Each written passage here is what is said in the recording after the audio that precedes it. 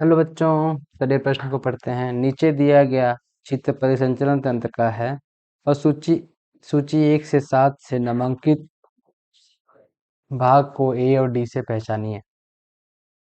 तो मतलब क्या बोल रहा है प्रश्न कि जो चित्र दिया हुआ है और उसमें जो 1 2 3 4 5 दिया हुआ है और ए बी सी डी को मिलान करना है कि कौन सा चित्र में कौन सा भाग है। तो चलिए देखते हैं प्रश्न की मुख्य अवधारणा क्या हो जाएगी।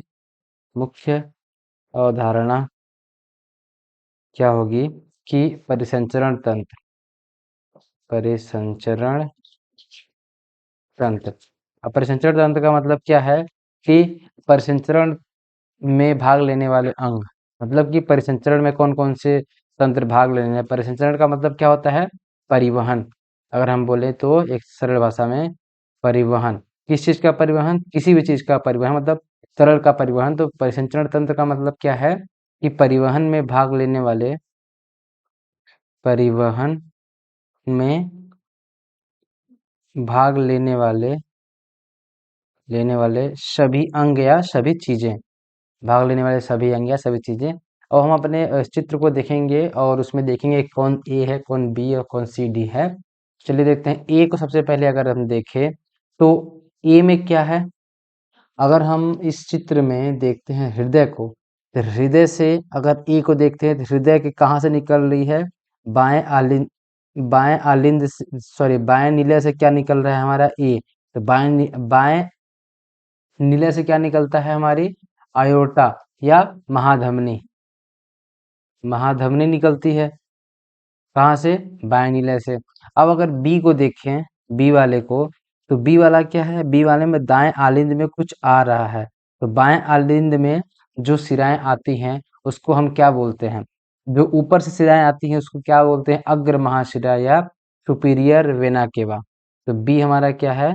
Superior superior vena cava, vena cava. अब सी को देखते हैं तो सी क्या है? तो अब जो दायां निलय है वहां से निकली हुई है एक सिरा, या क्या निकला है? यहाँ से एक धमनी निकली हुई है। कहाँ से? दायां निलय से एक धमनी निकलती है। तो उस धमनी को हम क्या बोलते हैं? उस धमनी को बोलते हैं हम फुफ्फुस धमनी।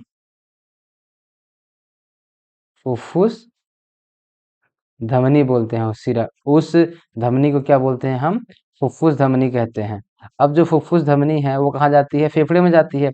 अब फेफड़े से क्या होगा कि रक्त फिर कहाँ आएगा?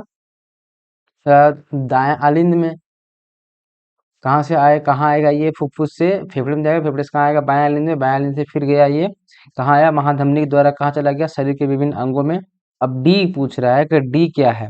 तो जो डी है उसमें क्या होता है कि ये क्या हमारे अंग है जहाँ क्या जा रहा है? रक्त जा रहा है। तो डी हमारा क्या हो जाएगा?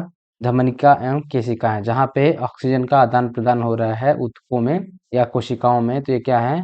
धमनिका, धमनिका एवं, ये क्या है?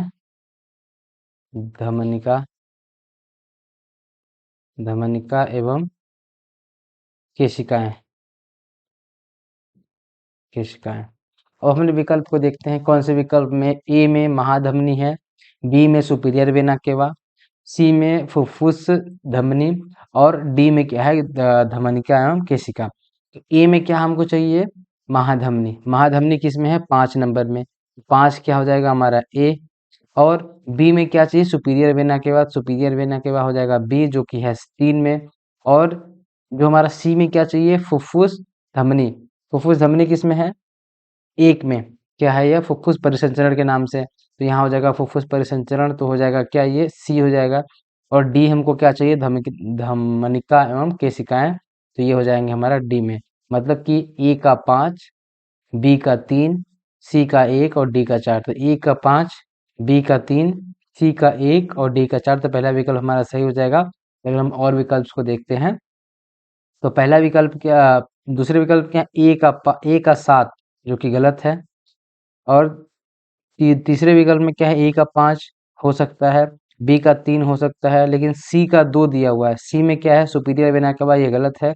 और डी में क्या है? ए का 7, तो ये भी गलत है। हमारे प्रश्न का सही विकल्प क्या हो जाएगा? विकल्प नंबर 1 आशा करते हैं आपको दिए गए प्रश्न का उत्तर समझ आया होगा। धन्यवाद।